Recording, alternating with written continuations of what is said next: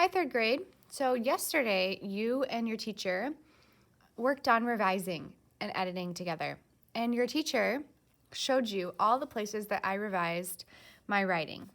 I'm just going to show you a few of those today so that you have a nice reminder of what you are doing in your own writing today. So this is a little bit of a review from yesterday, but just hang with me.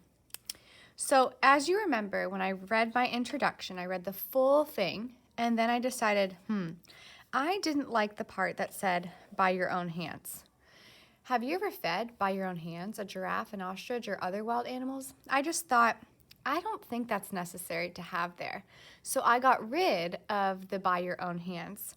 You don't need to do much when you're revising except just put like lines through things with a pen.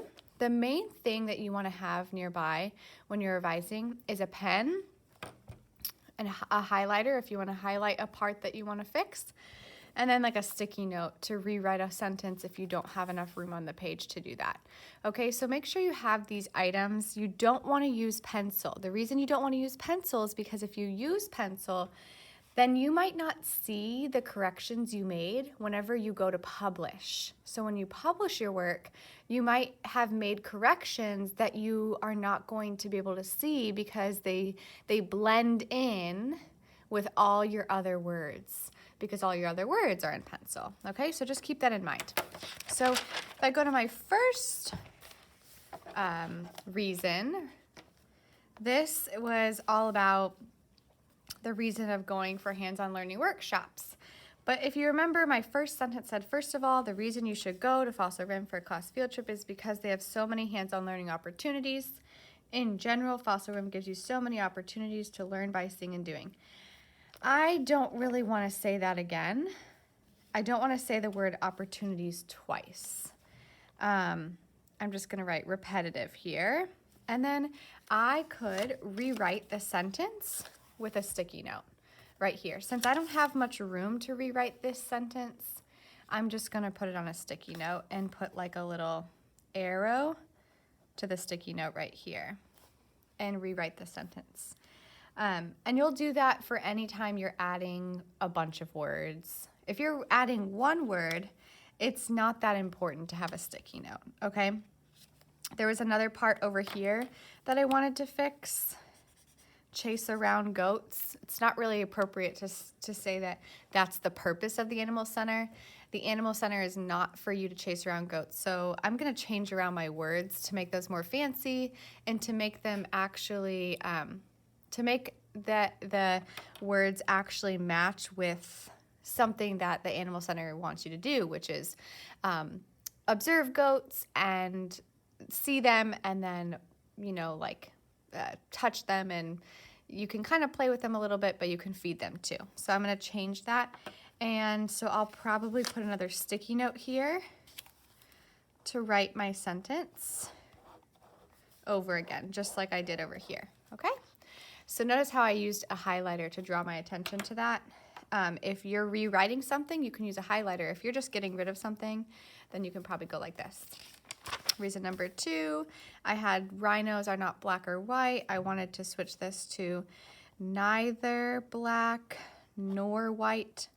I didn't need a sticky note because there was just a couple words to switch, okay? So sometimes you need a sticky note and sometimes you don't. So I'm just making sure to write in red pen or some color so that it sticks out to my eyes when I go and publish. So I make sure to include the changes I'm making right now, okay?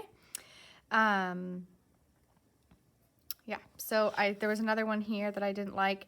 In other words, they may have animals that you may never see in your entire life. And so I simply was able to cross that out and fix it.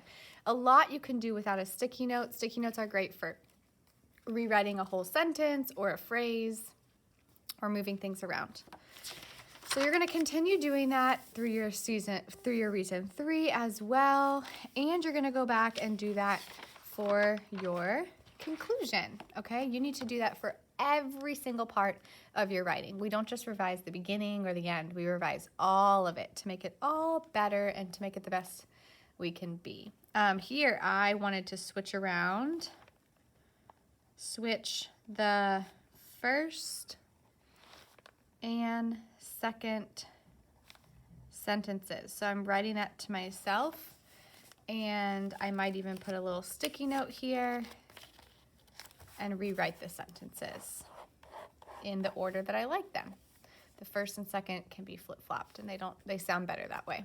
So have fun doing this. Make sure that you are using cups and arms. If you see something that it needs punctuation, capitalization, or your verbs and nouns don't match correctly, or spelling, these are things you're going to be doing too. I didn't have as much of this because as a teacher, I am not making as many mistakes as I used to when I was in 3rd grade, I've practiced a lot of writing, so you're going to be doing a lot more of the cups than I am. I did a lot of arms to show you today, but you also need to be editing along the way, capitalizing beginning of sentences, proper nouns, name of a place that you'd be going on for a field trip. Those are all going to be proper nouns. And then punctuating your sentences at the end. Please don't let your sentences run on and on and on and on and on. Make sure you don't have the word "and" in a sentence multiple times, because that means your sentence is running on too long. Check for spelling, all the things, okay? All right, continue doing that today, and then add it to your writing portfolio. Any changes you make, you're going to scan and add to the revising part of your writing portfolio. Have fun. Bye.